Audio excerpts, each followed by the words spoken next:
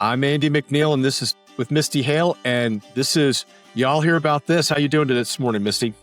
I'm good. How are you, Andy? I am doing good. I'm going to start today, if that's okay. With duck season upon us and hunting season, I wanted to mention things that I'm hearing from my duck hunting friends. And one of the things they're telling me is how much they hate mud motors. Now, a mud motor is a souped up lawnmower engine on a boat, and these things can practically run with no water underneath them. So they can get about anywhere. And what's happened is people put a lot of mufflers on these things, and you can hear them literally miles and miles away.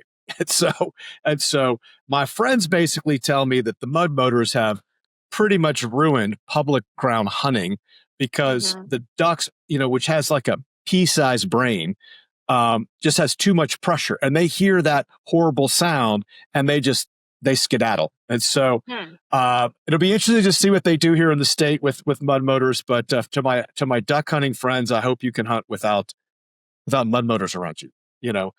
Useful tool. I can imagine if they're going into the really shallow areas, that's probably not good for the duck habitat either.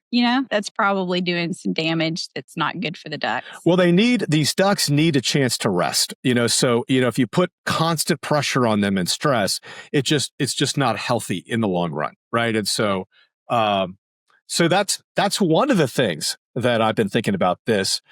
What have you been thinking about it? What have you been noticing? Well, since you mentioned duck hunting, the Arkansas Legislative Council they have a subcommittee for game and fish things, and they just did a report on their preparations for duck season.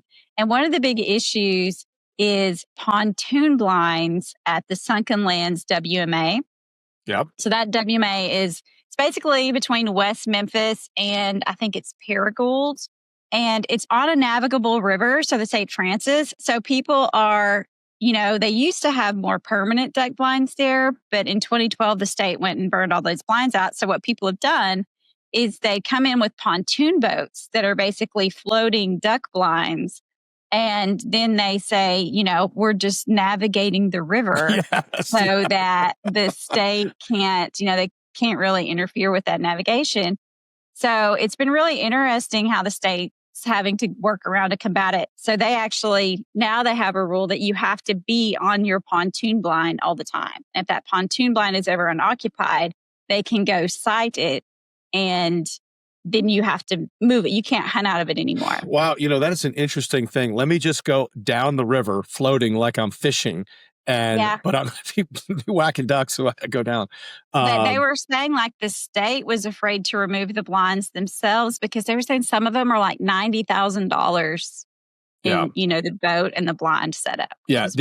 These mud motors, speaking of, it's not like these babies are cheap. By the time you rack them out with all this stuff, I mean, you've got a lot of money in them. And so, interesting. One of the things I noticed, and I want to just get a shout out to civility and decency and everybody getting along. I noticed that the videos and the pictures that I saw this week from the gala celebrating the governor's mansion, I think it's the celebration for its 75th year. I thought it was really cool.